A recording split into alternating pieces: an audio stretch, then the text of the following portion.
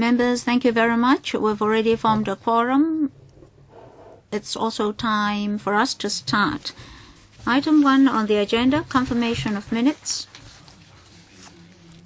The minutes of the meeting of the 4th of March has already been distributed to you before the meeting. Up to this moment, the Secretariat has not received any proposal for amendment. Any comment? Can we have the minutes confirmed? All right, confirmed. Item 2 on the agenda. Design of private health insurance policies regulated under the Health Protection Scheme. The administration's paper has already been distributed to you. Please invite the government representatives to come in.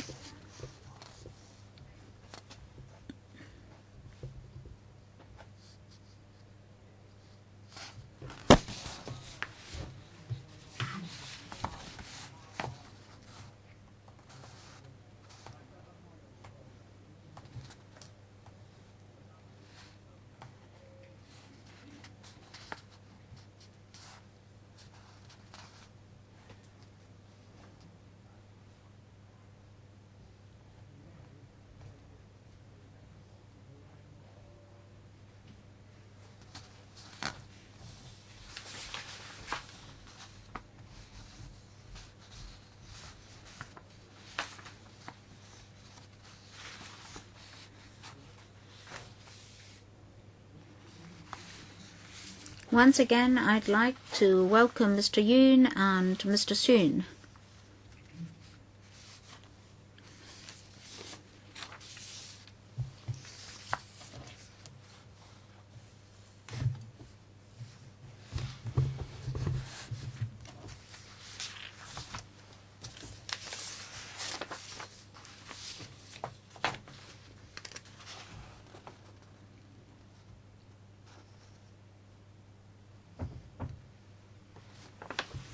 Mr. Yoon, if you are seated and ready, please take us through the paper. Yes, thank you, Mr. Chairman. As we explain in the paper, we've commissioned PricewaterhouseCoopers Advisory Services Limited as our consultant to provide professional and technical advice on key issues relating to the HPS.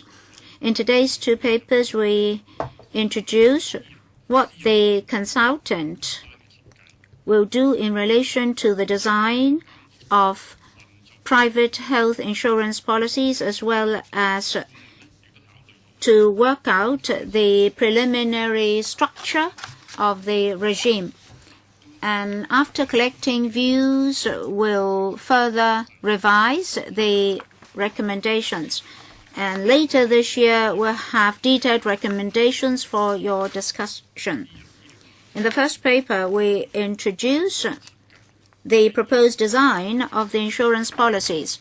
In the second phase of public consultation, we've proposed a standard plan which should satisfy a whole series of clear and basic protection requirements, including definite undertaking and renewal of policies, as well as diseases at the time of taking out the insurance. CT scan, MRI, radiography, etc. should be covered. After taking into account the overseas practices as well as the stakeholders' opinion, we propose that certain standard arrangements be adopted to suit the indemnity hospitalization plans in the market, that is, to provide indemnity to the insured. And hospitalization as well as non-indemnity hospitalization will not be subject to the minimum requirements. Under the minimum requirements, the consumers will be offered the basic protection. At present, products may not be able to protect the insured. For example, there may not be confirmed renewal or underwriting. The policies may not be clear, thus leading to compensation claims. With these minimum requirements will allow the insurance quality to be enhanced and transparency to be enhanced, etc., so as to protect the consumers. In the takeout of insurance policies, all diseases should be covered for those diseases before and after the taking up of the insurance policy. In the enhancement of insurance quality, the standard plan sets out the minimum compensation and non-hospitalization operations, and the underwriter should underwrite a minimum amount of hospitalization costs. In the second phase of public engagement for medical health and healthcare reform, DRG would be adopted for proposals for packages of services. That is one approach for the packages of services. That is for hospitalization and operations in relation to the complexity of the diseases involved. There should be a categorization. After studying the public and private sectors, in Hong Kong, if we are to have a DRG system, a longer period of time will be required because DRG categorization is a rather complicated system.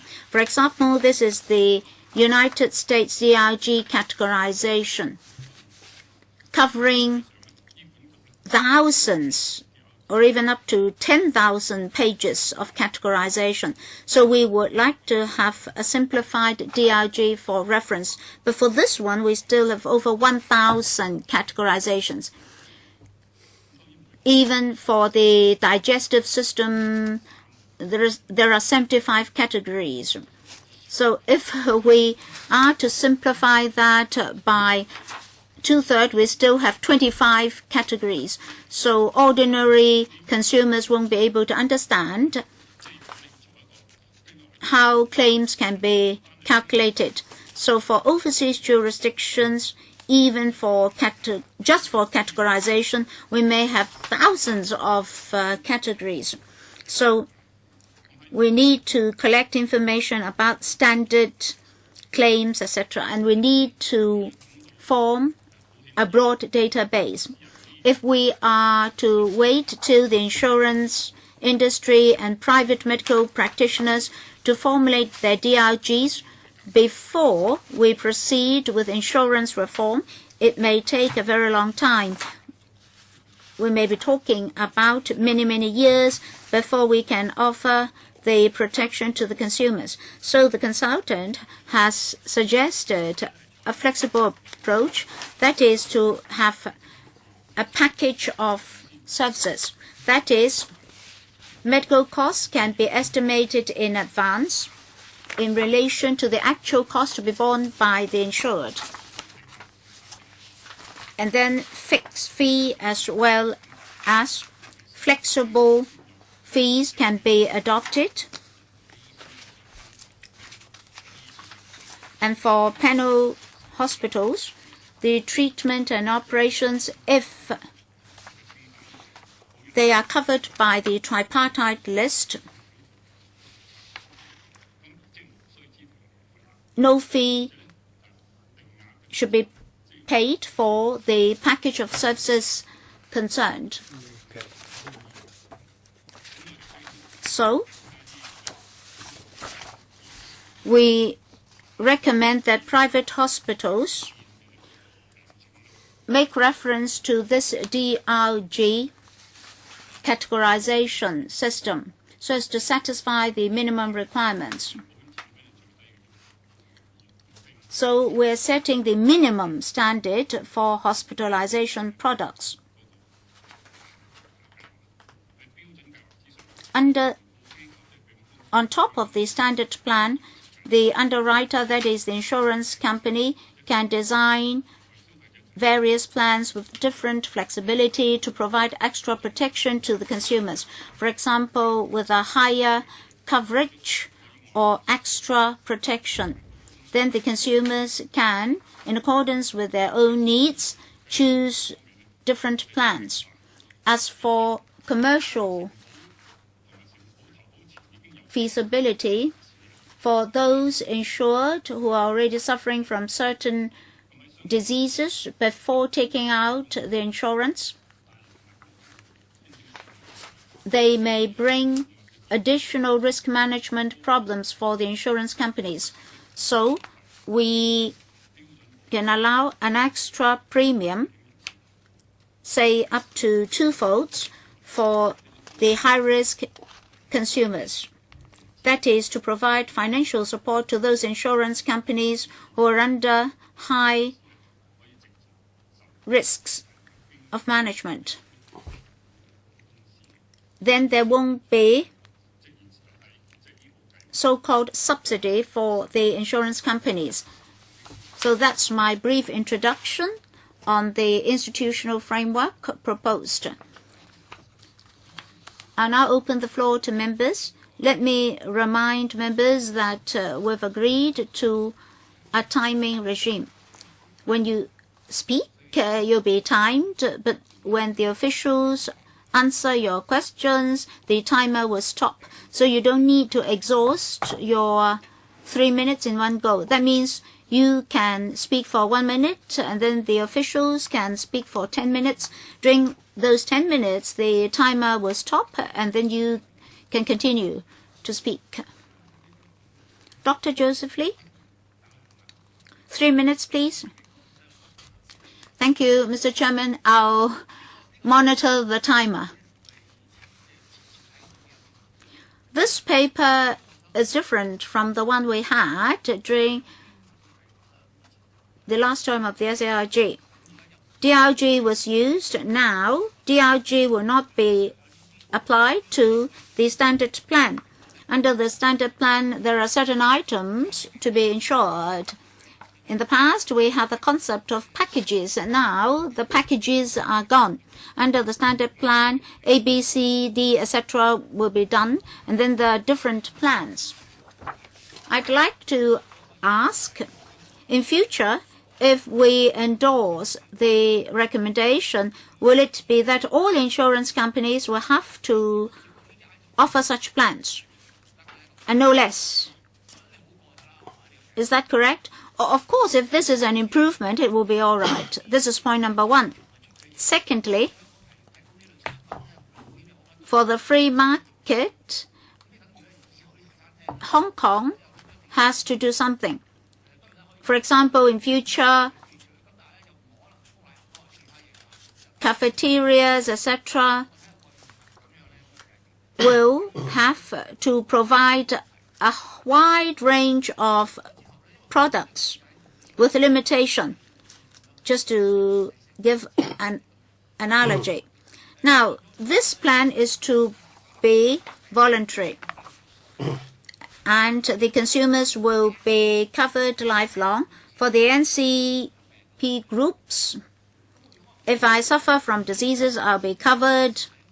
For the young persons, how can we attract them to take out insurance? The young people don't take up the coverage, then the pool will be very small. So since this is a voluntary scheme, I don't know whether the underwriters will be willing to participate in this scheme. You also say that for the high-risk pool, you say you intend to set up a high-risk pool. Who is going to determine who are the people who fall under the high-risk pool? Is it for the insurance company or doctors?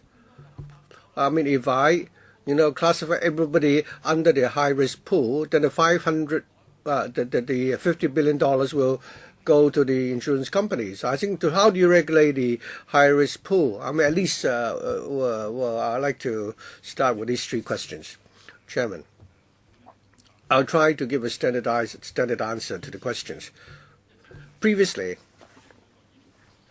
in our medical reform, we want to encourage more people to take up medical insurance.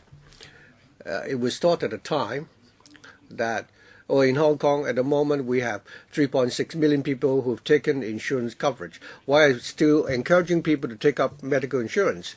If you look at the figures, you'll find that under the public sector, about 1/3 of those who've taken up private medical insurance still, make use of the public system. So, and the figures show that this is because the medical insurance policy does not provide enough coverage, and therefore, even if they paid the premium to take up the policy, they will still go to the public system. Secondly, there have also been many, disputes over insurance claims. We've heard from the ICCB that last year there were 278 cases of complaints, of which 132 were related to medical insurance, and the second would be claims against tourist agencies. So and they also told us, highlighted 16 cases, 9 of which involve medical insurance schemes. So in the market at the moment, I think there's room for improvement as far as quality is concerned. Unfortunately, I don't know why the discussion has been focused on the topic of DRG. It was proposed at the time because in terms of the insurance premium and the charges, we want greater transparency. That's because people complain that even though they've taken up the insurance policy, they don't know how much they actually will have to pay if they need to go to the hospital and what extra amount they have to pay. Therefore, we want to introduce the concept of DRG, which is quite commonly used internationally. Could you be more focused and answer Mr. Lee's question? He asked whether or not you intend to regulate all products in the future and would not revert to the previous approach. And secondly, how do you attract young people to take up the insurance policies, and how do you define the high-risk pool? Well, the DRG is only a direction with the aim to enhance transparency of charges. For the people, if there could be a package plan with 10 or 20 items. For example, if I want to remove a gallstone, I would know how much I have to pay. So there's no conflict between DRG and package charges. Secondly, the high-risk pool. Many people indicated to us that before that they may have some pre-existing conditions, and as a result of that, they cannot take up insurance coverage. So on the one hand, we need to consider the operations of the insurance company. If you force the insurers to offer coverage to these people, the risk will be high, or the company will have to charge a high premium. So what we are proposing is that if the company has, consider the person who has some pre-existing conditions, then he will charge him 200 or 300% loading. For a person of the same age, if one person pays a premium of 3,000, if you have to pay the extra loading, you have to pay 9,000. And if the insurance company thinks that the risk is more than twice, then he may need to pay $12,000, and the person will have to be transferred under the high-risk pool. And that pool could be either operated by the government or by the industry, or the government can appoint the industry to operate that pool. So that pool will be regarded as an independent insurance company. Since this company faces a high risk, there might be a need for government to inject funds into this entity. So that's why we are considering of using part of the $50 billion to subsidize the scheme. We're not thinking of a large amount. But if this direction is correct, then the consultant will look further into it. Regarding how we can attract young people to take up private medical insurance, I think the younger a person take up the insurance, the cheaper the premium, and the reverse is true for the older people. For young people, the advantage of taking up insurance companies is that the premium is relatively cheaper. And once they've taken up the insurance, and we also require that there will be mandatory renewal. In other words, insurance, so that after a few years taking up the insurance coverage, he suffers from certain disease. The industry at the moment will require re-underwriting and require that person to pay a very expensive premium. So when you're 30, you pay the premium applicable to someone who's 30, and when you're 40, you pay a premium applicable to someone at the age of 40. So even if you have pre-existing conditions, according to our proposal, the insurance company will not increase the premium. So the benefit of young people joining the scheme is that it can ensure that in future they will not be required to go through to accept a re-underwriting requirement. I still have less than a minute. Now, who would define, the people who will come under the high-risk pool? We propose that the insurance company should define who would come under the high-risk pool.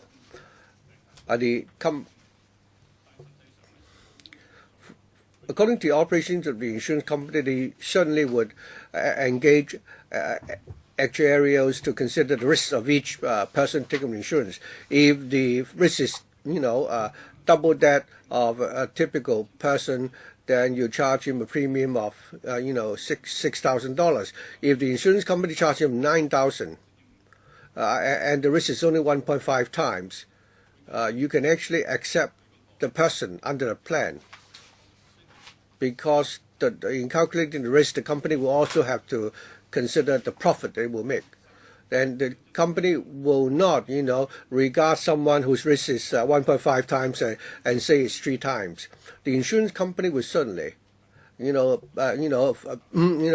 work according to its own risk calculation.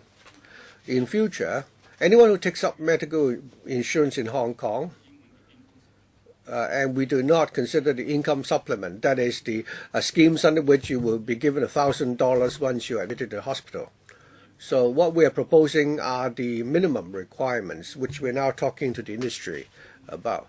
We want to arrive at the highest denominator, that is and we think that 80-90% of the products in the market at the moment can satisfy those standards. People nowadays are very concerned about ambulatory procedures. Do you need to go to be admitted to the hospital, for a scan, for example? Same for radiotherapy and so on, and chemotherapy. So we are saying that that the policy should cover these diseases. So the plan will cost $800, $900, then you cannot sell it for $300 or $400. For young people, I don't quite understand. You talk about underwriting. If I'm healthy and I take up insurance, when I go up to reach 30, the insurance company cannot increase my premium.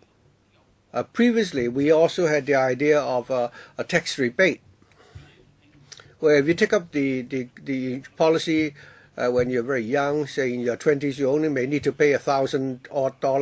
When you are 40 or 50, you may have to, pay a higher premium, but the increase should not be several times the amount you pay when you're young. The younger than you take up the insurance company, you will be brought under the minimum risk group. If you don't take up the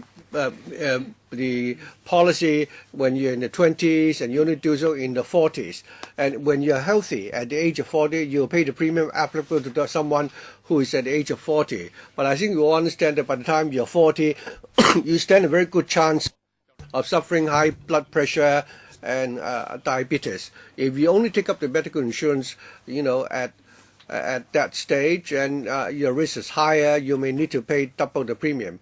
And if you have a pre-existing condition, it will be 3 times the normal premium, and then you'll be transferred under the high-risk pool, and then you have to pay $9,000. So So you say the standard charge is $3,000. If the premium is $9,000, it's 3 times you're saying that the risk would need to be 3 times, or double 200% loading before someone will be put under the high risk pool. I'd like to go back to the question regarding the high risk pool. For a young person to take up the insurance, of course the premium is cheap, but by the time he's made a claim, or if he's he withdraws from the plan and later on he wants to rejoin the scheme, then he may need to. By how much will his premium be increased, and who will determine that differential in premium? And secondly, the medical insurance we talked about earlier should have 3 elements, lifetime, coverage, standard policy, and package charges. In your paper, you say that only 30% of the insurers offer package charges. At least only the new private hospitals, for which only 30% of the beds will offer this sort of package charges. Many of the private hospitals may not participate in the package charge plan. And secondly, in the pool, there are some high risk and there are some low risk, persons. If you have a large number of high risk people, taking up the coverage, it will increase the premium that will have to be paid by the others who want to take up medical insurance. So if you interview the premium that the insurance companies are now charging, would that defeat your purpose? Talking about the premium, let's say if someone's starting to take up insurance coverage in their 20s, he may only need to pay $1,000. By the time he's in the 30s, he may need to pay $2,000 something. When he's 40, he pays $3,000. If he doesn't buy the insurance policy now and wait until he's 40, the insurance company will see whether or not you have any pre-existing conditions, and you will not be asked to pay the typical $3,000. They can charge you a much higher premium. But if you started buying the insurance policy when you're young and paid $1,000 something, and then you withdraw from the scheme for some time, and subsequently you want to take up the insurance coverage again, then the insurance company will see whether or not you have any medical conditions, and if so, the insurance company can impose a loading or refuse to underwrite your policy, and then you'll be put under the high risk pool. Of course, the insurance company will not put everything under the high risk pool. The insurance company. So even if there are many people who will come under the high risk pool, the pool will be bigger. Then it's fine for the insurance company. There's no problem with the risk. So long as the pool is big enough, the insurance company can balance the risk. So I don't think that's a serious problem. As for packaging, please do not forget that we must maintain a free market. While encouraging packaged pricing, we will not set limits as to the types of packages as well as the actual prices. Don't forget that in certain private hospitals, they still have non-resident doctors. So by doing that, we may be indirectly restricting doctors' fees. For example, in the new Wong Chuk Hang Hospital, we will set a limit to the number of patients accepted, not the number of beds. Say 51 out of 100 patients admitted must be under packaged pricing, and they must follow the DRG principles. In order to ensure sufficient business, the packages and prices must be able to attract at least half of their patients to opt for packaged pricing. That means for every 2 patients admitted, at least 1 has to be under packaged pricing. For the new hospitals, new private hospitals, or even private hospitals redeveloped, when government approval is required, we'll add the same conditions to the agreement. Then insurance companies will voluntarily fetch private hospitals, thus creating a certain market pressure. As for the high-risk pool, members asked whether we would be forcing that upon the hospitals. For preconditions, say if a patient has taken out insurance all along and then receives a heart operation, then even with exclusion, that patient may not be accepted by any insurance company. That is, heart diseases will no longer be covered. So we're now proposing that in future, if a patient with preconditions wants to take out insurance, the insurance company has to accept him, although a loading is allowed. Say if the risk is high, the insurance company can add a loading to the premium. We envisage that that will only take up a small amount of the $50 billion. But we can make sure that patients with preconditions can also be covered. So that's roughly the idea. Mr. Chairman, I still have some time. After listening to him, I'm even more worried. In future, the insurance companies will, of course, take on the low-risk cases. Then high-risk cases may just pass to the government.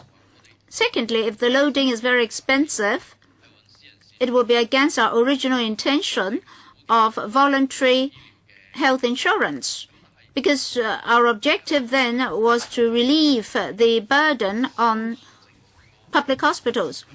If private insurance companies are charging too high a fee, then patients will still go back to the public sector.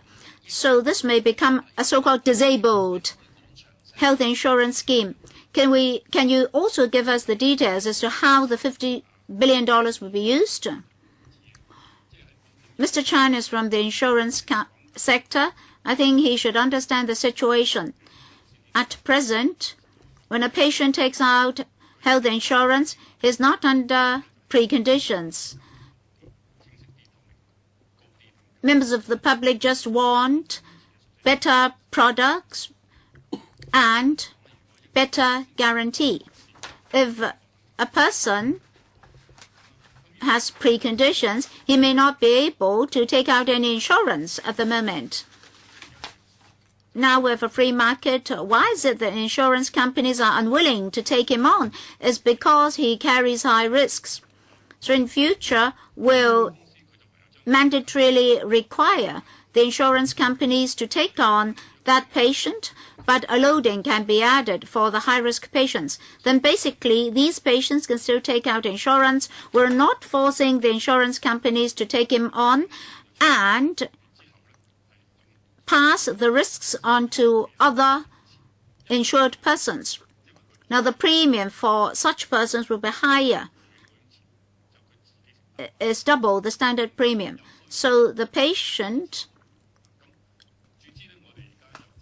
can still take out insurance, and if necessary, we can inject funds into the scheme.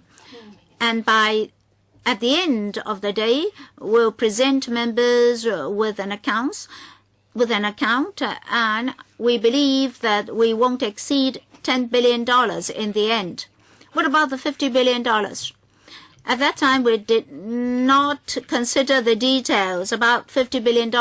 So unfortunately, now many people think that we would like to make use of the $50 billion to subsidize the insurance companies. We're talking about 3.6 million people. Don't forget that many people will go back to public hospitals. Don't forget that those covered by private health insurance may still go back to the public sector. We will still build and redevelop hospitals. The most important point is that with private health insurance, you have a choice. You can opt for the public sector or private hospitals. If you're suffering from a complicated disease, you usually go back to the public sector. But for very ordinary diseases like endoscopy and other common diseases, you can choose your own hospital, your own doctor in the private sector. Then we can relieve public hospitals of these cases, leaving public hospitals for the more complicated cases and for the training of doctors. Because in the private sector, you have not too expensive products. So that's our original intention. I still have a little bit time. One more question. If there's no packaged pricing, you won't be regulating the fee structure. Then medical costs may rise because medical costs will depend on market prices then. Then it's just like a government subsidizing high-risk patients who go to the private sector. So in the end, you may be maintaining a few white elephants. Mr. Chairman, the most important thing is to regulate the market and protect the consumers. There must be basic protection. Otherwise, those two parties will definitely be in conflict with each other. Now, we're not suggesting a mandatory or centralized system. We don't want to interfere with the private market. So we would like to have a standard policy, a standard plan. We would like to set a maximum, that is a ceiling, every year for, say, operation fees, $50,000, $60,000, or $70,000. Then persons taking out insurance will know whether or not they can afford the product concerned. You cannot charge too high a fee. And in new contracts with private hospitals, we require them to set out how many packages they're going to offer, the details involved, etc., etc. We would like to control the fee structure, but at the same time, we don't want to directly regulate private hospitals. Because in private hospitals, there are a lot of non-resident doctors. So if we directly regulate private hospitals, we may be indirectly regulating the private medical practitioners. Well, Mr. Chairman, apparently this is worrying. It doesn't matter. Let other colleagues speak first. Dr. Priscilla Leung. Mr. Chairman, my first question is whether or not we want to ensure that this new health insurance regime will not affect resources available to the public sector. Secondly, quite many middle-class people have taken out private insurance, but coverage is not enough. Still, with the new scheme, there won't be full protection. Protection may still be insufficient. Will it be that after paying a premium, new coverage can be amalgamated with my existing coverage? Because many people are already covered by health insurance at the moment. My third question has actually been asked by many colleagues. I've handled quite a number of complaints on this. Blood pressure problems, diabetes, etc. are very common diseases. But very often, when you take out insurance, you'll be given a policy. Many of us are not from the medical sector. You just don't know what the contents mean. The insurance brokers will explain to you the contents of the policies. Still, you may not fully understand. Touch wood, we don't have another Lehman Brothers incident. So you have to consider contingencies as well. Will Chinese medical practitioners be covered as well? First of all, number one, the public sector will not be affected. In the past few years, the hospital authority got increased resources by 7% or 8% every year. Now it gets $45 billion. Kwong Wah Hospital will be redeveloped.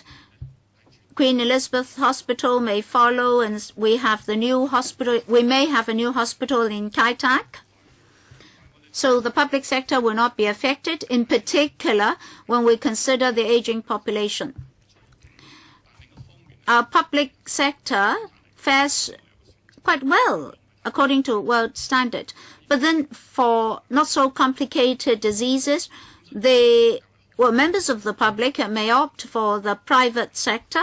They would like to have better insurance protection. Now, we are absolutely not driving people from the public sector to the private sector.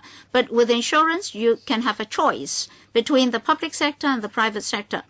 The quality of the public sector will definitely continuously be enhanced. So we'll see how much is left from the $50 billion for the overall improvement of the public sector. So those are the figures. Now for the middle class, they're not sufficiently covered by health insurance. At the moment, many people take out health insurance, but different insurance companies offer different conditions and different policies. Now we have new technologies, but they say daycare services and chemotherapy, etc., are not covered. So we have to discuss with the insurance industry. If a member of the public takes out health insurance, we have to agree on certain basic coverage. Then everything will be clear in future. Anyone taking out health insurance in future knows that he will be covered under certain items.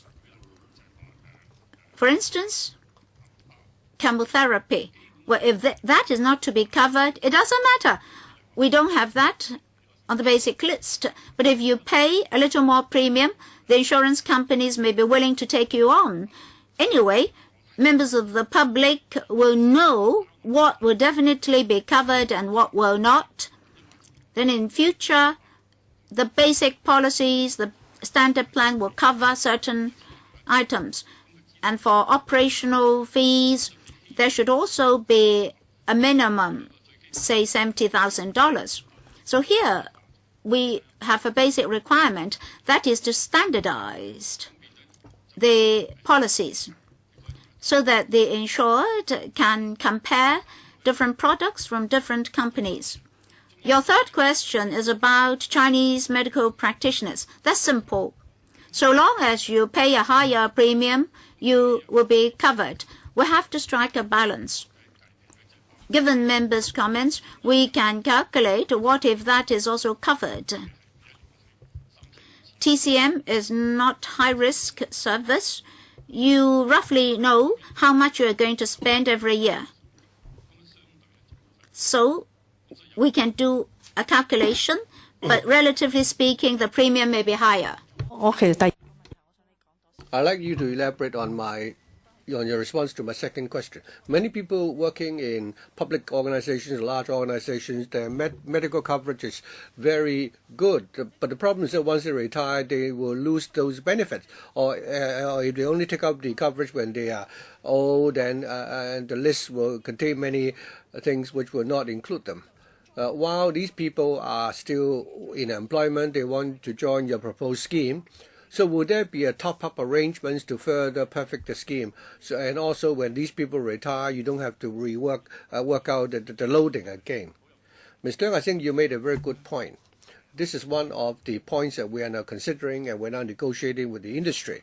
For example, what we want to do is that for those who are on, on group insurance, when you retire at 60, you don't get any coverage at all. At that time, if you want to take up your own coverage, it's going to be expensive. So what we want to propose now is that the underwriter will have to offer an option so that when the employee retires, he can switch on to the HPS medical scheme. So the two options, he can, migrate at the time he retires. Or secondly, while he's still in employment, he can pay a little bit extra so that the medical benefits offered by his employer may not be as good as the HPS scheme, then he can, top up his premium a little bit so that he will get benefits and coverage which is as good as the HPS scheme. So this is one of the basic considerations that we're now thinking about.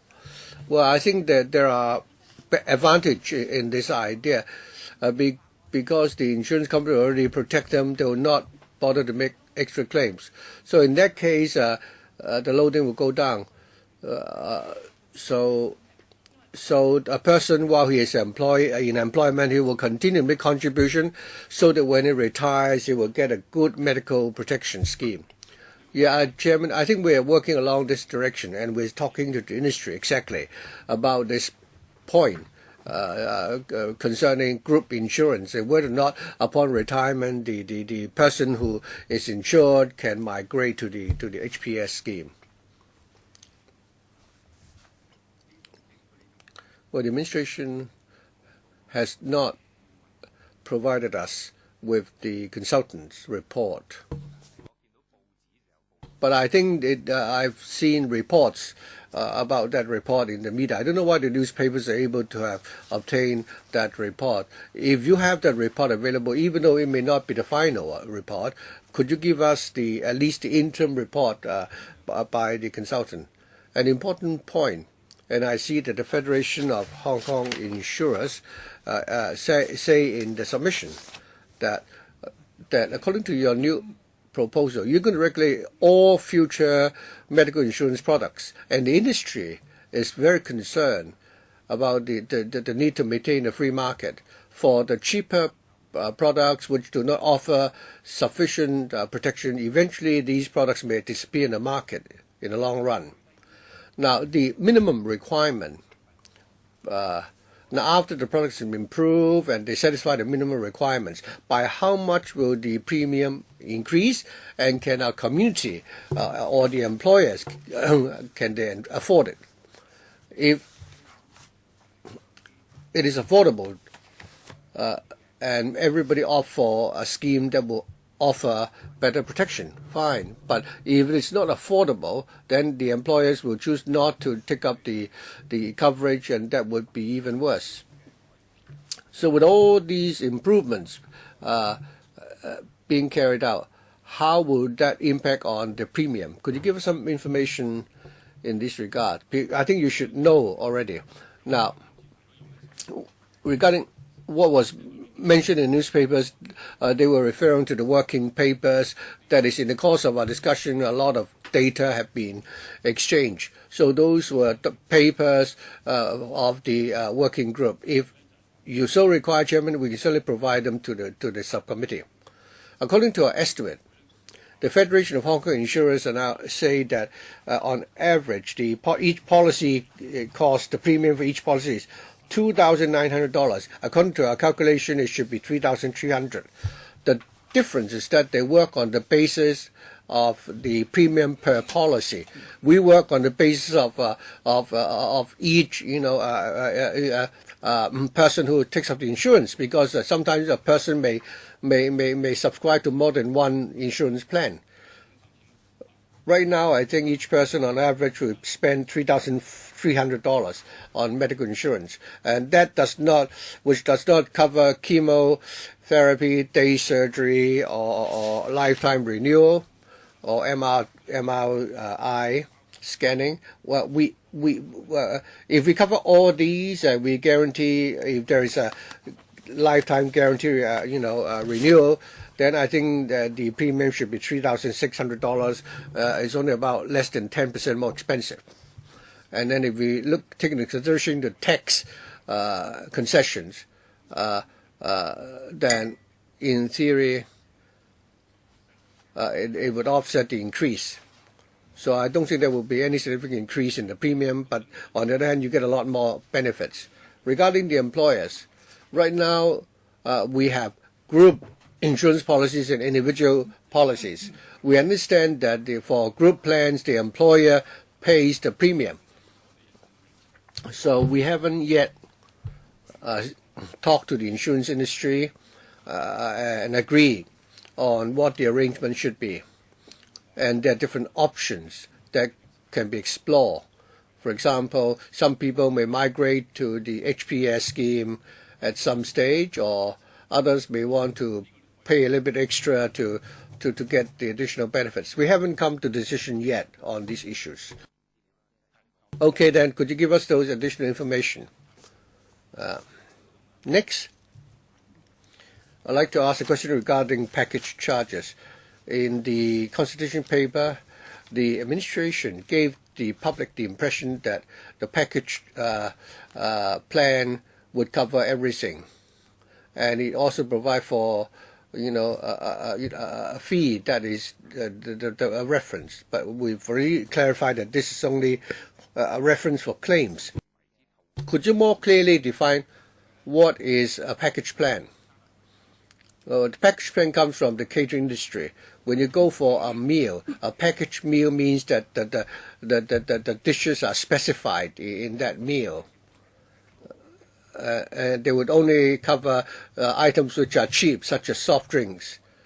But I don't think you would be allowed to order expensive drinks or expensive dishes. For doctors, so if you want to have an endoscopic examination of your intestine, there are already some package plan available. Could you more clearly define what these package plans are? Well, Chairman, I think you are very familiar with this. For package plans, we want to follow the DRG principle. That is, we categorize the diseases in this manner. There could be different types of diseases.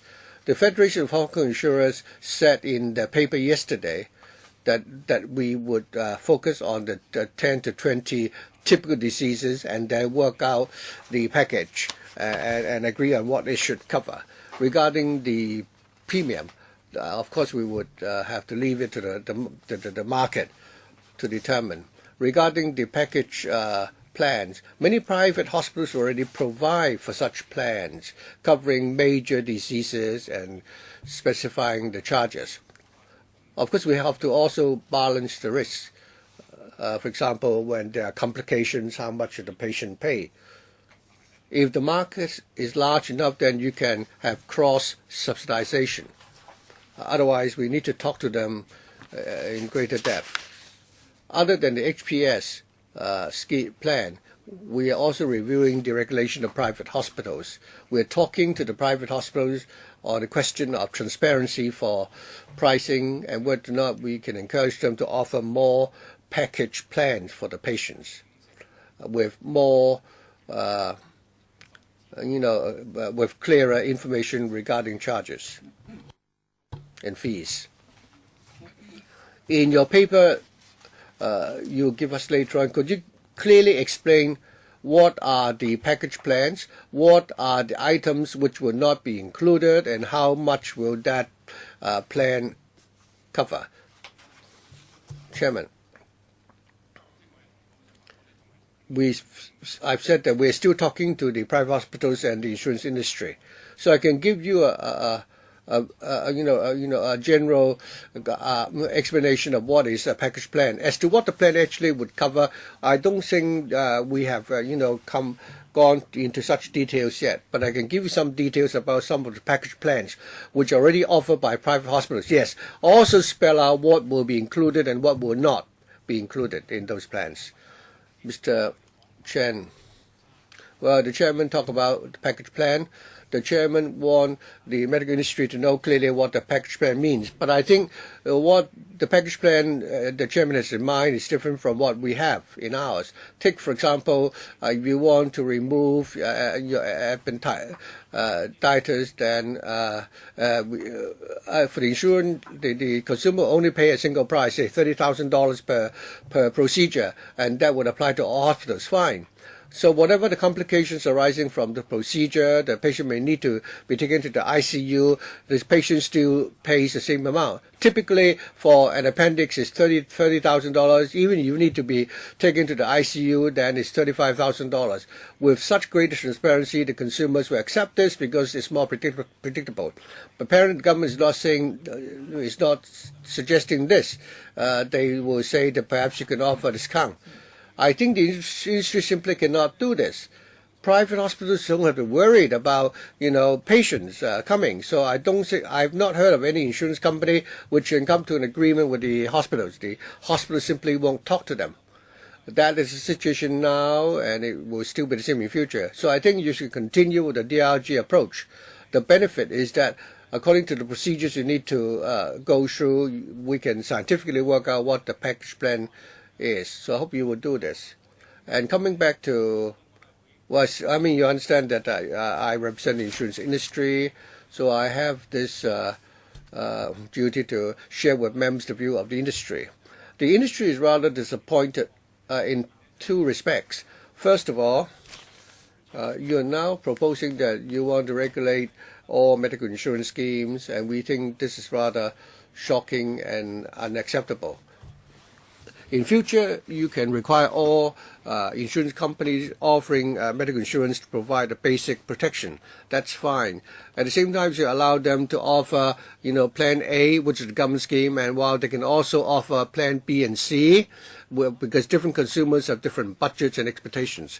Don't underestimate the consumers in Hong Kong and assume they're always being cheated. Now, I don't think many people are being cheated. They all know what they're doing. If the government doesn't do anything, the private medical insurance market is growing by more than 10% per annum. It's now more than 10 billion.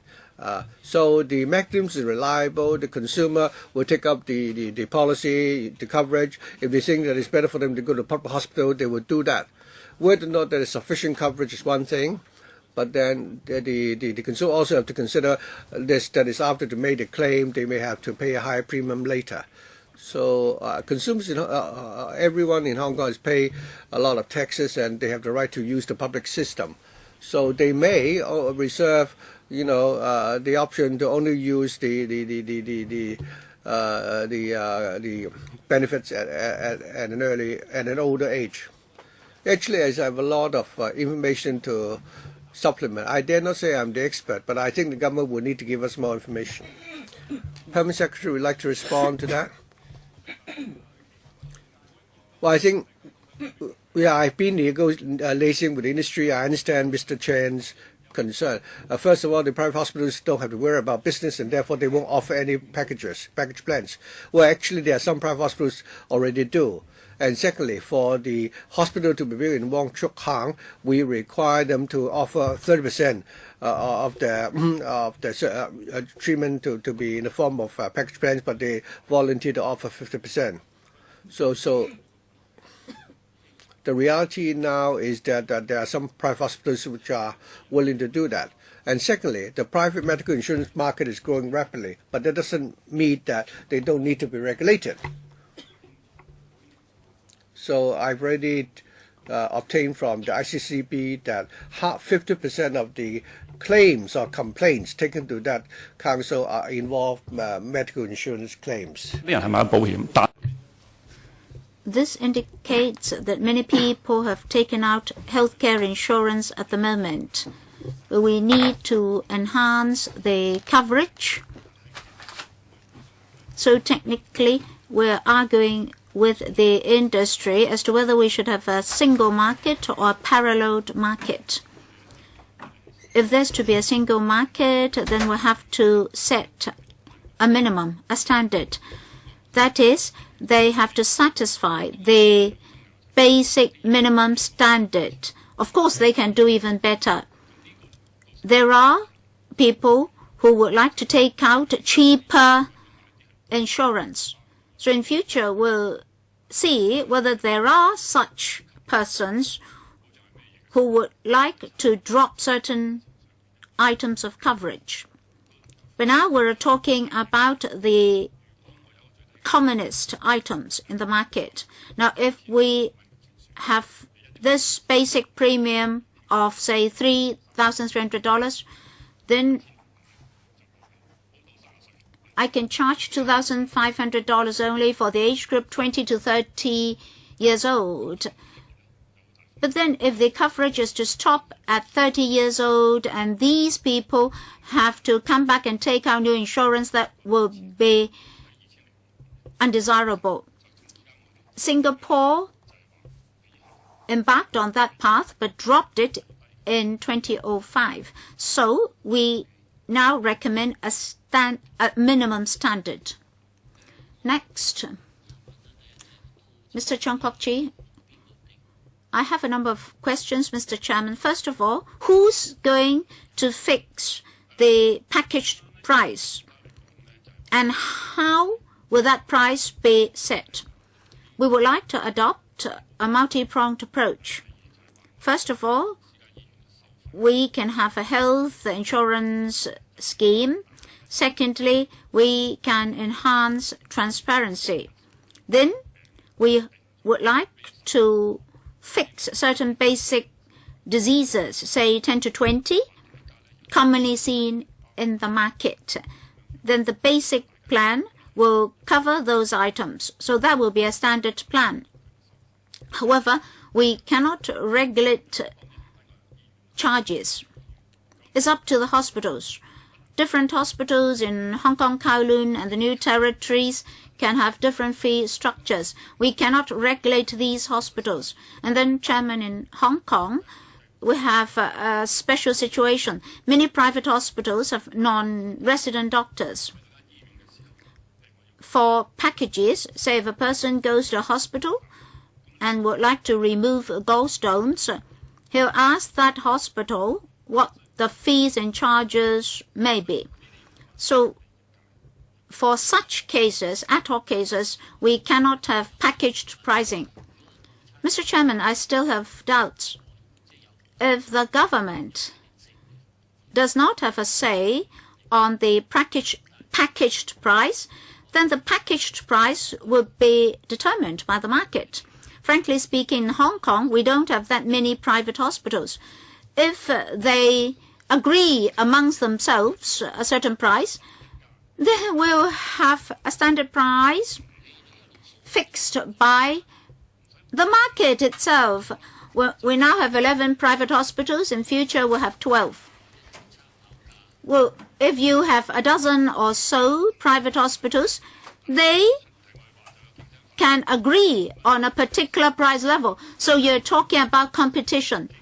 If you are familiar with the market, you know that if there are more than one company, then it's very difficult to have monopoly. I'm asking about extreme situations. How are you going to handle that? Well, if you are to have 12 private hospitals, it's not too many. Well, Mr. Chairman, if 12 private hospitals offer 12 different prices, and the difference among them is just 1%, that means between the minimum price and the maximum price, there's only a difference of 12%. Mr. Chairman, the economic principle is related to supply and demand. Well, but I cannot go outside Hong Kong to get service. In Hong Kong, we now have about 4,000 private hospital beds. For redevelopment and expansion plans, plus Wong Chuk Hang Hospital will have 1,500 more. And the Chinese University will also provide some more. So there will be 2,000 extra beds. So in future, we'll have 6,000 instead of 4,000 private beds. Well, naturally, there will be competition. If there's no competition, whatever we do, it will be futile. And if prices are the same, there won't be improvement. Well, that discussion should end here. Price rigging may occur. That's my point. Well, Mr. Chairman, even if there is to be price rigging, we must not underestimate the abilities of the insurance companies. The chairman understands this. Last time, we discussed the intermediaries. The complaints were about price rigging on the part of insurance companies. I think the government has to think of certain mechanisms to address that. Well, there'll be another paper on price regulation, powers, etc. Well, very simple. Up to this moment, for the oil companies, well, let's not talk about price rigging. If there's only one company, and if there is only one product, when prices rise, they'll rise at the same time. Well, for appendix, for the removal of the appendix, every hospital does the same things. Mr. Chairman, Mr. Yun, Mr. Chung Kwok-chi's point must be addressed. How can you guarantee that there's competition? There are many oil companies, but all of us feel that there's no competition. You really have to go back and seriously consider this. Apart from market competition, what more can be done? The competition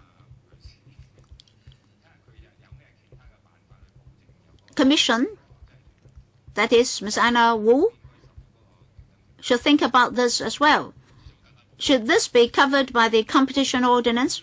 Well, Mr. Chairman, for the oil companies, we all understand that there are just a few suppliers, but for private hospitals, there are many private beds. Upcoming, we have more insurance companies participating. All right, doesn't matter. You just go back and see whether you can do something under the competition ordinance. I believe this should be regulated by the competition ordinance. Mr. Chung Kwok-chi, well, just now Mr. Paul Chan said that the users know a lot of things. I'm also a user. I don't know much. Frankly speaking, the transparency of hospitals as well as the transparency of the fees and charges charged by doctors are not that transparent to me. If a person falls ill, he will naturally consult the doctor whom he is most familiar with. But as the saying goes, usually you'll be manipulated by the person you know best. All right, you say, if I cannot afford it, I go to the public sector. In future, if I go to a private hospital, I really have to understand all the details. Otherwise, I may not know what I'm subjected to.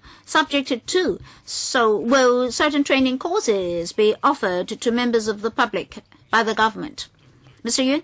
Well, Mr. Chairman, that's why I mentioned the standard plan to provide fundamental protection to members of the public. At the moment, we don't know what is covered by which insurance company.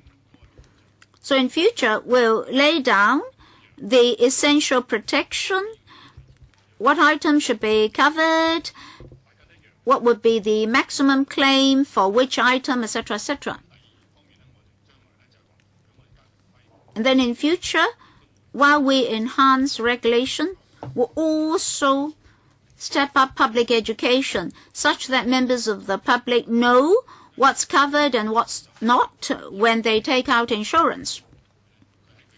Even the Hong Kong Federation of Insurers mentions this in their statement.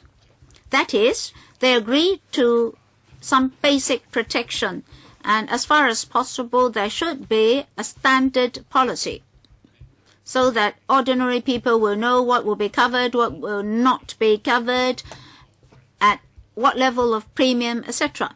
Then it will be easier for the public to compare the products offered by different companies. So we would like to do that. And then in future, the regulatory authority absolutely has the responsibility to enhance public education. Mr. Chairman, during our discussion just now, I thought of this. Say we have 20 packages. Every time when you use the packages, what will be covered by which package? We have to know that. And what is the price for a particular item? So if I contract a certain disease, I will know the details through the internet. I'll know what services will be provided by which hospital. Can they do that? Well, Mr. Chairman, this will not be covered by the health insurance, health protection scheme, that is health HPS. For the private sector, most importantly, we should regulate the private hospitals in terms of safety as well as consumers. The fee structure must be transparent. As we mentioned, as far as possible, they should provide package pricing. Otherwise, they should make it very clear the fees and charges under each item. Then members of the public will know the normal fees and charges and the services to be provided.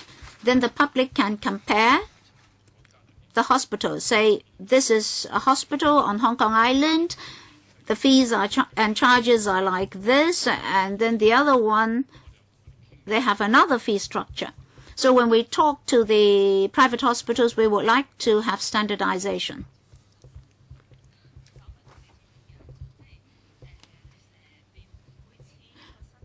Ms. Ellis-Mack, well, I think the administration has a hard time. Every time when we have a new bureau director, he has to present us with a new scheme. You see, this scheme is very different from the former one. I think they've cracked their brains in coming up with this paper. I think they're suggesting that insurance companies should be regulated to a certain extent, such that the insurance policies will offer more protection to the insured. But for medical financing, what actually can we attain through this proposed scheme? When we discuss HPS, we of course want people to take out health insurance. So how are these proposals going to attract more people to take out private health insurance such that they can opt for the private sector so as to relieve the burden on the public sector? Mr. Yun, whatever plans and schemes we have, we'll have to first discuss principles and objectives, and then we can proceed to the details. But we have to bear in mind what our objective is. As the honourable member said, the objective is to have more people take out private health insurance. But then you cannot force people to take out such insurance. You cannot offer them money so as to attract them. Oh no, offering them money is an option. Well, Mr. Chan mentioned that over 3 million people have already taken out private insurance. Between 20 to 60 years old, people can earn income and take out insurance. Family insurance and children insurance are covered by these 3.6 million people. So we would like to attract more people. At the moment, members of the public don't like to take out health insurance because they may think that they will not enjoy the benefits, and if they ever claim any compensation, next time their premium will be increased. So we would like to attract more people to private insurance. But of course, we don't want the extremes. We are not saying that people should opt for the private sector more. No, 90% of the public are already using services in the public sector. 10% are using the private sector. And for common diseases like cataract, at the moment you can get services from the private sector at a cost of, say, $10,000. So certain diseases are very common. So if these cases can go beyond the public sector, our burden can be alleviated. Still, we would like to give the choice to the public. So could you tell us more clearly this, that is for the standard plan, other than ensuring that the consumers have the confidence to take up the insurance coverage, what other incentives are there to encourage people to participate in the scheme, since so many people have not yet taken up private medical insurance? Is it because they don't have the confidence, or that they're worried that they won't get the protection? The incentive is that right now the insurance coverage at the moment may not be sufficient. For example, chemotherapy, or very often it's not covered in the plan, or you want to have an endoscopic, inspection of the intestines, that again will not be included in the plan. If these protection could be offered, and secondly, if you take up the insurance plan while you are young, and if you continue, to buy the insurance, and then even after you've made a claim later on, you will not have to pay, suffer from substantial loading if you've taken up the insurance at a very young age. I think a fundamental point is that when we talk about DRG and package charges, technically, the Bureau and the industry, actually I want Mr. Chen to explain, to give us his expert views. I think, like the chairman said, we can consider, ask whether or not under the competition ordinance we can also regulate the medical insurance. The fundamental point is how can we encourage more people to participate in this scheme? And for ordinary diseases, I think if the private hospitals can offer the service, then the people can go to the private hospitals and not have to go to the public sector. Under your proposal, I don't think you're providing sufficient incentive so that people to encourage people to take up private medical insurance. Now if they have not taken up the insurance yet. So how can you? I think you should work harder on how you can provide incentive to encourage more people to take up insurance. I'm sure the industry will be able to come up with the products. The important thing is how can we give confidence to the consumers to buy the products. Basically, we're talking about the consumers who can afford it. And secondly, for those who can afford it, they would like to buy the products, except that they don't know how to choose in the market, and they might worry that even if they buy the products, they will not get the protection. Thirdly, we've mentioned before that if we could effectively regulate the insurance market and ensure that the insurers provide private medical benefits that can protect the interests of the consumers, in which case we are willing to provide financial incentives. All these will also be considered as part of the incentives to ensure that the medical insurance protection products in the market can really play its role effectively. Well, I can share with you some information why do people buy medical insurance? Over the last 20 years, the personal medical insurance coverage, insurance taken up by private individuals have jumped up 15 times in the last 2 decades. In other words, people who could afford it will buy such products. Over the last 3 or 4 years, it has also gone up by 50%. It was 40-something% a few years ago. Now it's more than 60%. Many members of the middle class who could afford it will buy medical insurance. Except the question is whether or not the insurer would accept that coverage. And also, even if they buy the products, do they get the protection they want? And whether they can make the claims. Mr. Chen Kim-po, I think many members asked very good questions. You asked me what is the difference between the first round and the second round. I think the biggest difference is that we seem to have lost the original direction. I think you are letting the medical sector off, and you are getting tougher and tougher with the insurance industry. This is really ridiculous, in my opinion. If you pay $100 for premium, $20 will be spent on paying commissions and paying for the overheads and so on for the company, and only $80 will go to pay the hospitals and the doctors. And you're not going to go opt for DRG. So haven't you lost the original direction? The Permanent Secretary talk about 16 cases. Do you know that there are, hundreds of thousands of people who took up insurance coverage and have to be hospitalized?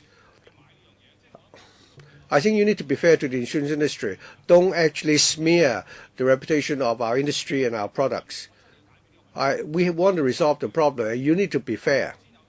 Some members ask whether or not your product is attractive. I don't think it is attractive at the moment, because you've not given us the things that you promised before.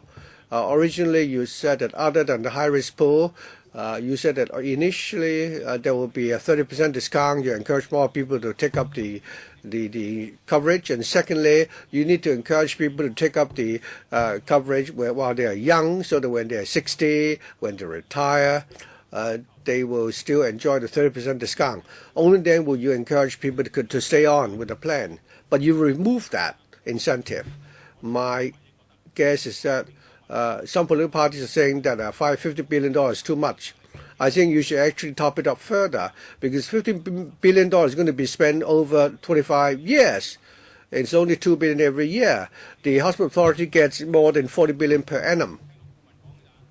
I've heard from the consultant that you are not going to go for the saving plan, and then you say for the high risk pool it doesn't cost more than $10 billion. So I think you've really defeated the original intention, and I'm really disappointed. I've been working on this scheme since 2005. I think we've been working on this for so many years. We want to come up with a good plan, and now, for the sake of convenience and expediency, you're frightened with doctors and the hospitals, and now you are smearing the insurance industry. Is that fair? And in fact, you're not really helping the public. And you won't be able to encourage young and healthy people to take up the insurance coverage, and I don't think this is going to be sustainable. Chairman, of the 16 cases, I'm not saying that there are only 16 cases in a year. The ICCB only, use a few cases to explain the nature of the disputes. These 16 cases are only for illustration purpose. And of the 16, many of the examples involve medical insurance. That's why we are proposing that there should be a standard policy and standard requirements which can resolve such disputes. It will also help improve the image of the insurance industry. So we're not really targeting against the insurance industry. On the subject of discount, I understand that for the insurance industry, they would like to have subsidies and discounts. When we talk to the insurance industry, we understand, and we told them that if we use public funds to offer a discount, if the premium is $3,000, we subsidize $1,000. Then the logic behind that is that I have to regulate your charges. Otherwise, if I give you the subsidy and then you insure the premium later on, what are we going to do? When the premium are being subsidized, then we'll have to consider the question there's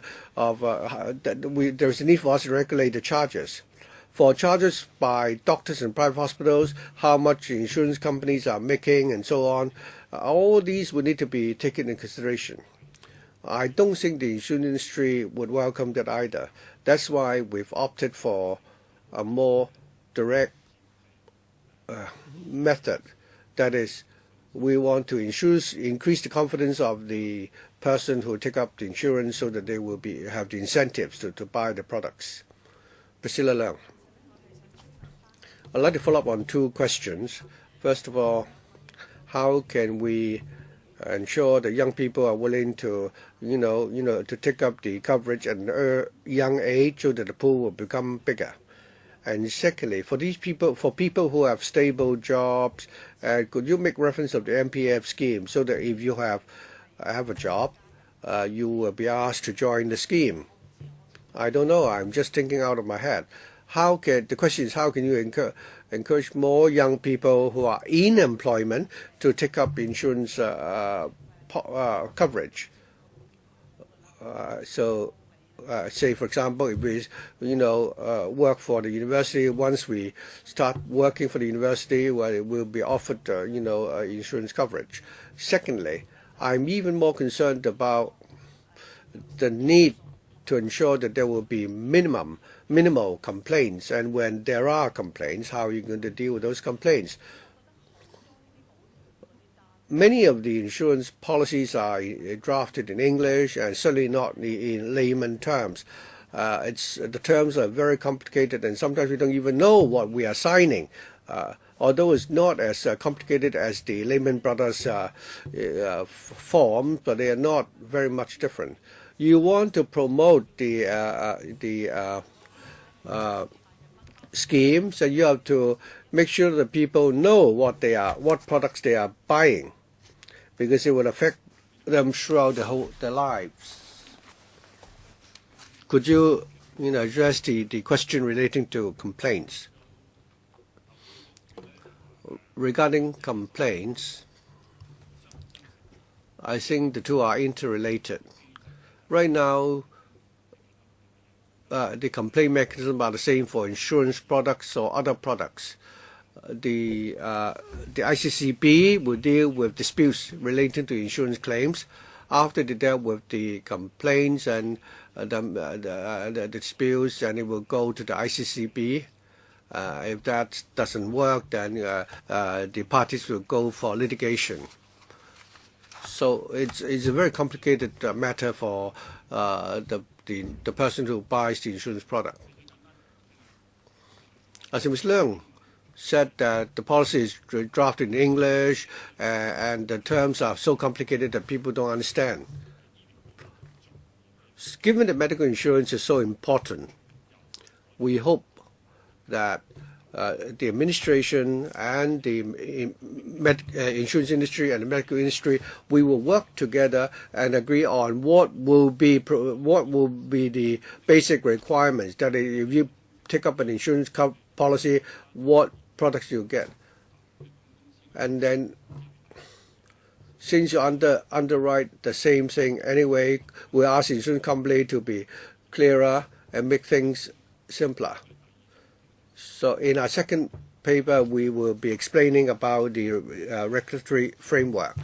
Other than public education, the insurance company will have to have a duty to ensure that the policies are simple and easy to understand, because we want to ensure that there will be a competitive market. One of our proposals is that the product should be portable, and that a consumer can switch from one insurer to another, and the latter will not have to review his risk again. So we want to clarify and simplify things, starting from the policy. Secondly, we have to consider how we would handle the complaints. Right now, there is already a mechanism used by the trade. We will use that, continue to use that, and then we can set up another mechanism to handle appeals. Or we can set up an independent, separate mechanism to deal with complaints relating to the insurance. We're considering all these options. So we want to consider what is the simplest and the most convenient for someone who would like to take up medical insurance. I think we follow up on claims regarding medical insurance, columbarium, niches, and so on. Even on the Personal Data Protection Ordinance, I think we even stipulate the size of the font in a document in order that consumers' rights are protected.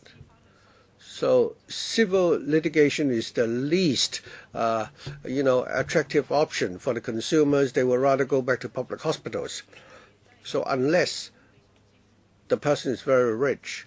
So I hope the government will play a role here. If you want to promote the health insurance scheme, you have to ensure that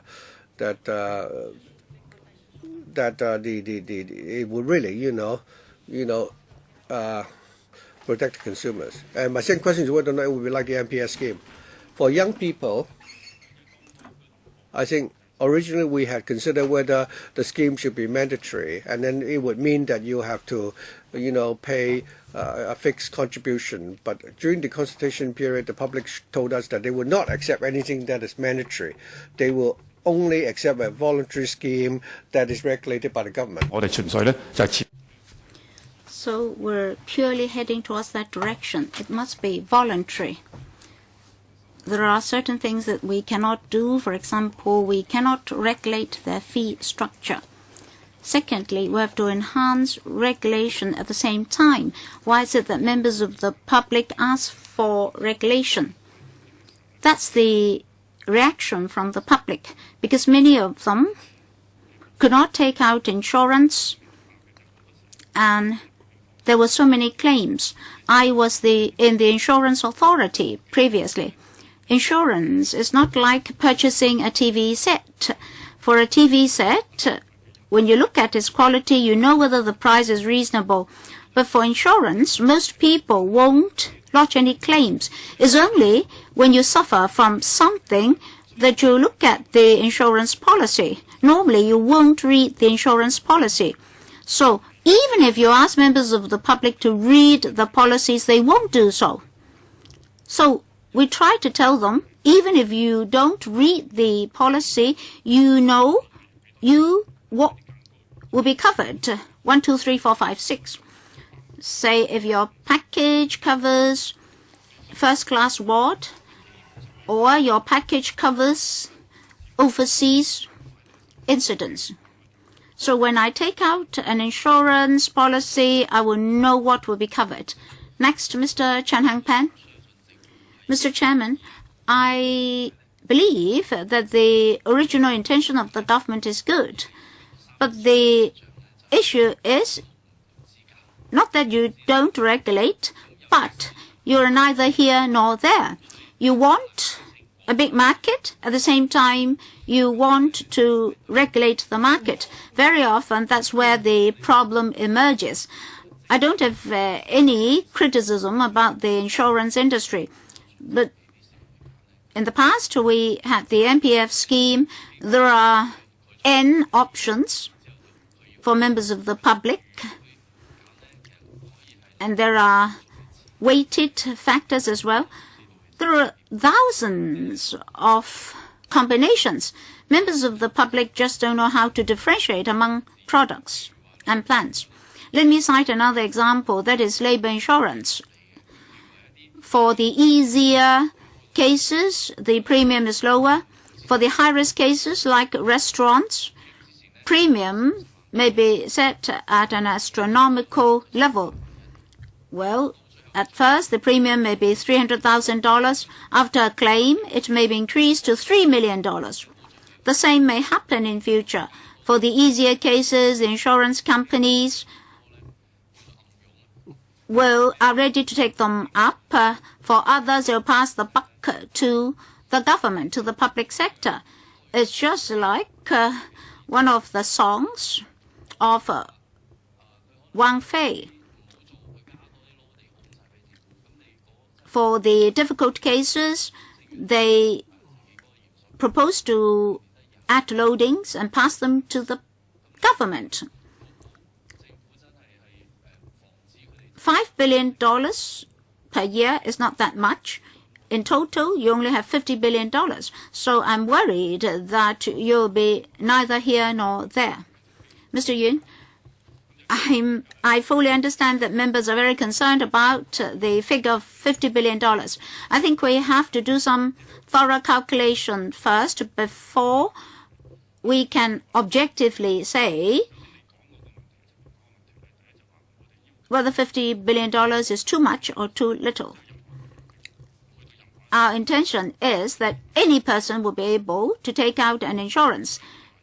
For example, I would like to take out insurance, I go to any insurance company, it must take me on.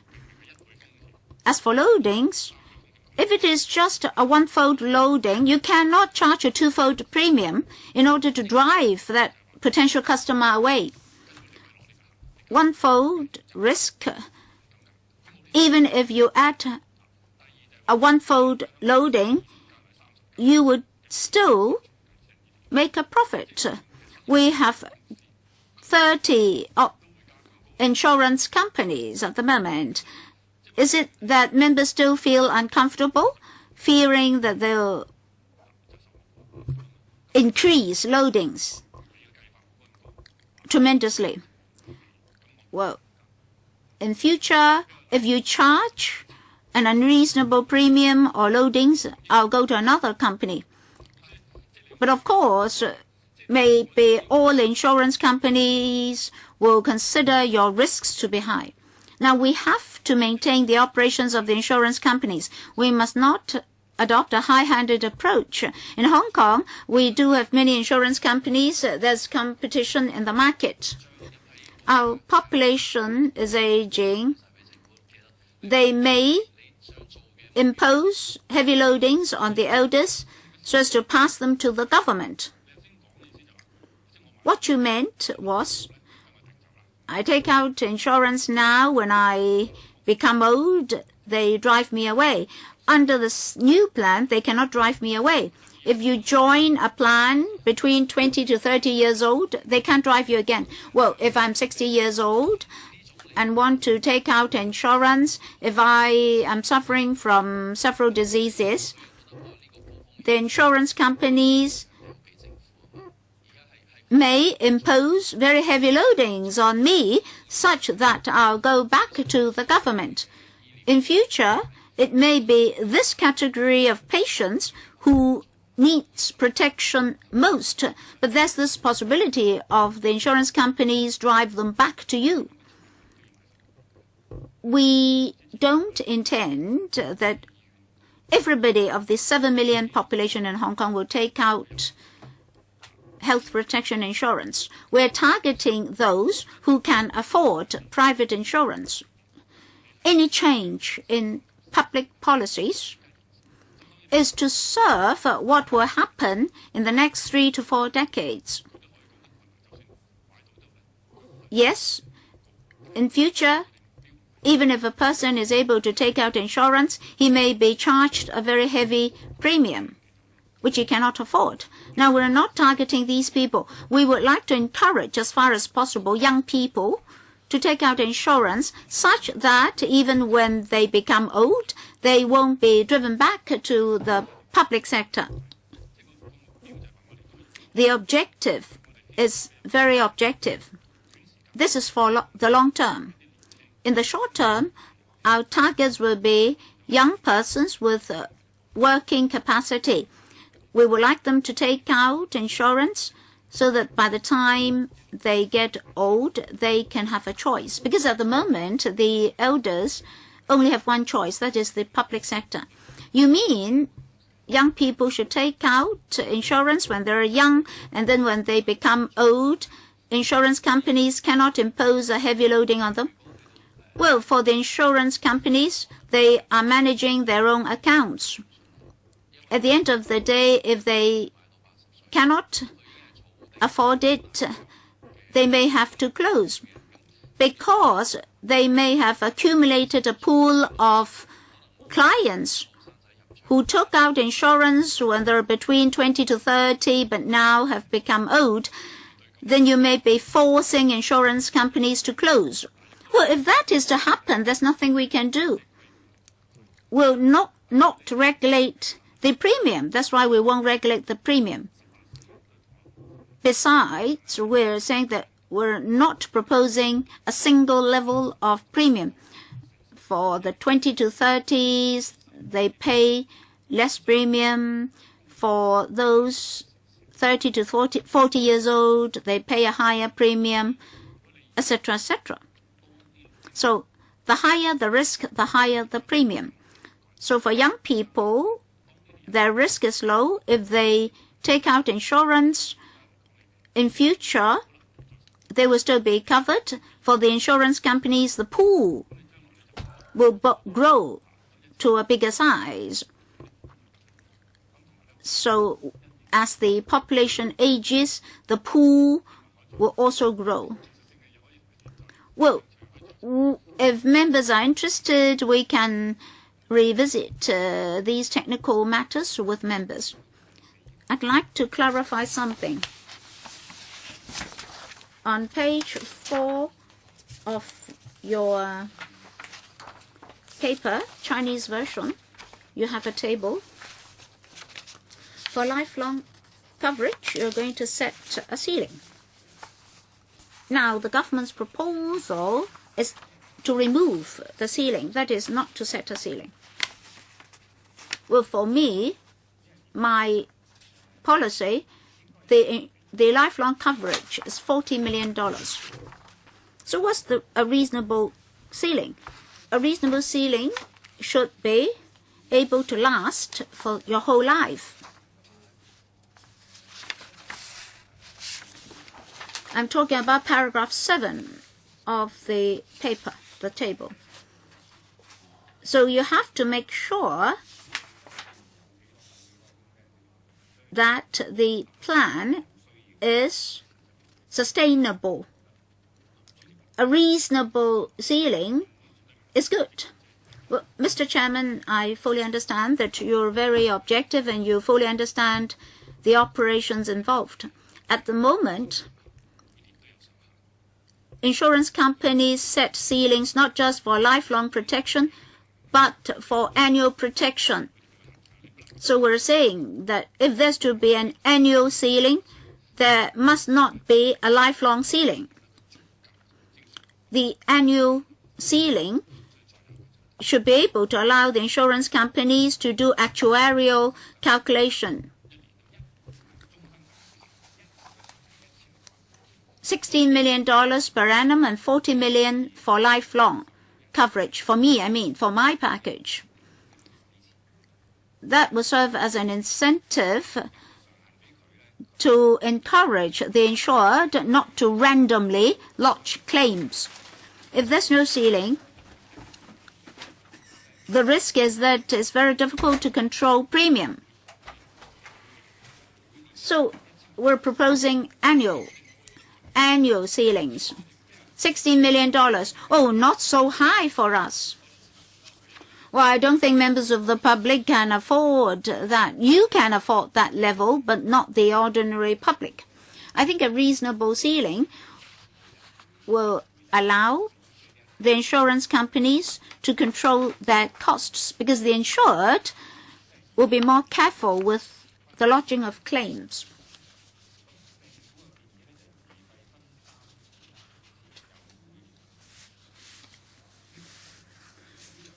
Now, for quality of insurance protection, the current practice is no minimum standards on benefit coverage and limits, but the government proposes minimum benefit coverage and limits. Say for cancer, an ordinary scan may suffice. If the insured wants to have other options, why should you change the ceiling for sharing of charges? That is,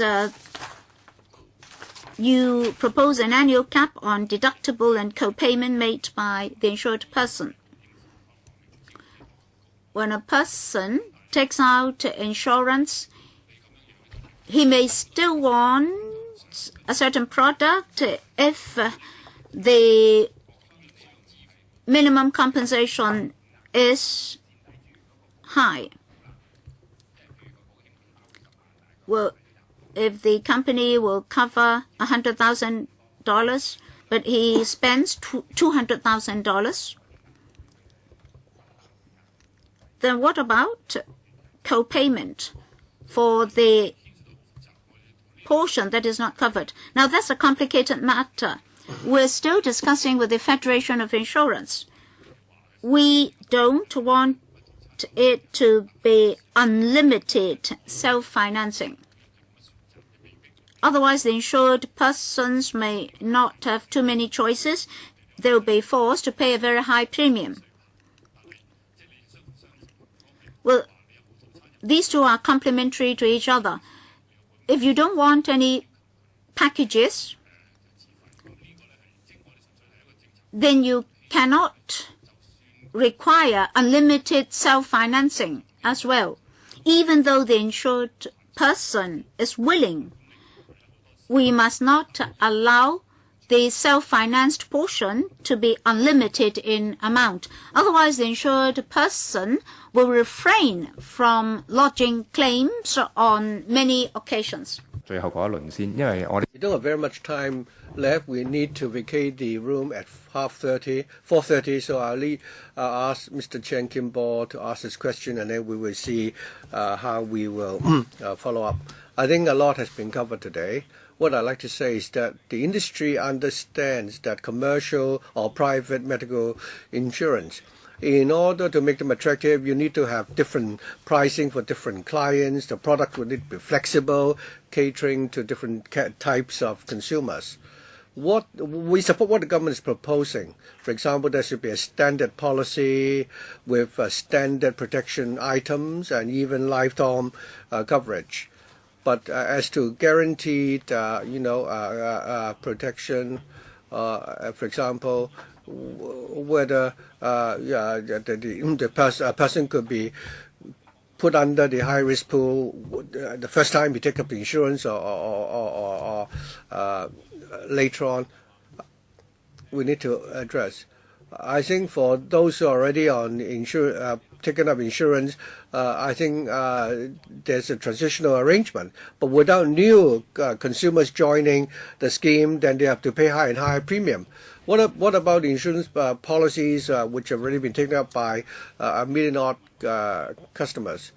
Have the consultant asked the insurance whether or not the prices they suggested actually work?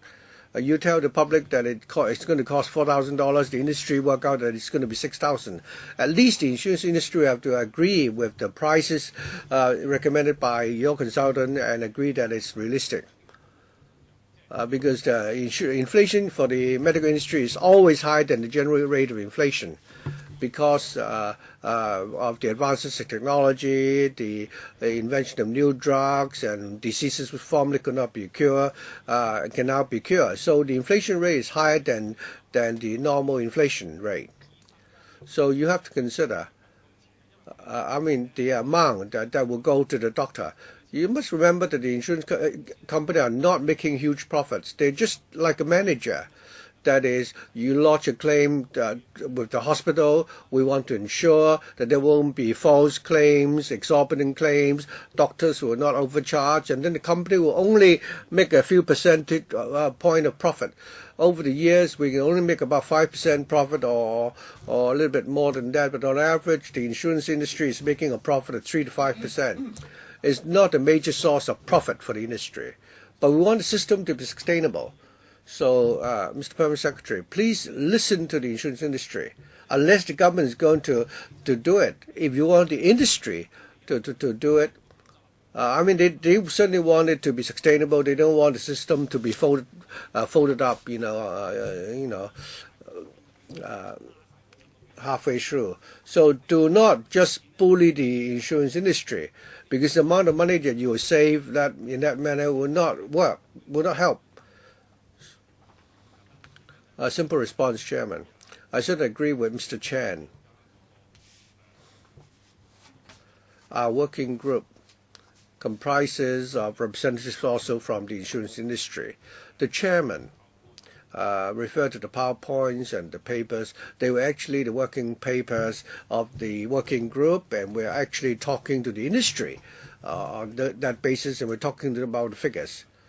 If some of our proposals are not acceptable to the industry, if they could give us the figures and we can discuss them, then perhaps we can resolve the difference. Or if I may sum up now, I believe at the next meeting, we need to follow up on these points. First of all, the working papers of the consultant. We appreciate if you could provide them to us. And secondly, the impact on premium on the part of the minimum requirement. You say the average premium is $2,000 to $3,000. You say it's about 3,600 after the improvement. But you know the average is 2,900, 3,300. For some people, because consumers, they could be paying as little as 1,800. The minimum could be 1,800, and some may be paying more than $5,000 for the policy. But the impact on the one who is paying 1,800 is very big. Not only do you need to provide an average amount for the pay for the policy, also show us the distribution, because what you propose will affect those who are taking on very cheap policies. The employer could be paying that price for the coverage. You're talking about the average figure, but sometimes the chairman, we're talking about the insurance plans taken by private individuals. They could be now paying $1,800, $900. If they go up to more than 3,000, many people may not be willing to buy the product. Also, many members are concerned about the question of package products. So please give us real examples as to what a package plan would include. For example, package plan for the gallbladder, the intestine, and so on. What would be covered, and also what it would include. The cost of treatment in the ICU should there be complications. Mr. Tenenbaum also repeatedly referred to the question of the high-risk pool and whether or not the insurance company will drive away the high-risk customers. Permanent Secretary, I suggest that, you consider using the concept of a risk table, which is often used by actuarials, to tell us how the risks are calculated and how the premium are worked out, assuming there's no administrative cost for the time being. So that once we know how the premium is being calculated, then we would know that is when the insurance company faces a high-risk customer. We understand that if the risk is higher, the cost of treatment will be more expensive, and how after you've averaged out the risk, what the premium will be, and when the government subsidizes the premium, is the government subsidizing the insured or what? I think we can only better understand if you give us those examples. Another point is about the lifelong cap and the annual cap and so on, and the question of co-payment. So next we have to discuss the arrangement for our next meeting. Originally we've scheduled for the 26th of June a discussion on how the $50 billion is going to be used. But the government would like to postpone that. The government would need more time to prepare their responses as to how the $50 billion will be spent. So the meeting will now be postponed to the 8th of July. We have one more item today which have not yet been discussed because we were very interested in the first item. So for item 3 today, that would be the regulation of the institutional framework for the governance and operation of the HPS and so on and so forth. Again, we will deal with that at the meeting for the 8th of July. Regarding the model for human resources projection, we have to wait for we have to liaise with the universities who will conduct a study. So that will be postponed until late July. 2:30 Monday, 8th of July.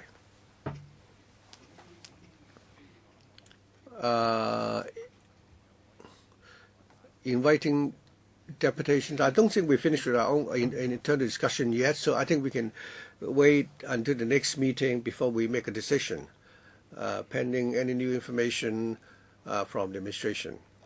And if there's a need, then we can certainly organize a hearing to listen to the views of deputations. But we'll leave that decision until the next meeting. Is there anything else that members like to bring up? If not, we'll meet again on the 8th of July. We need to vacate the room now because another meeting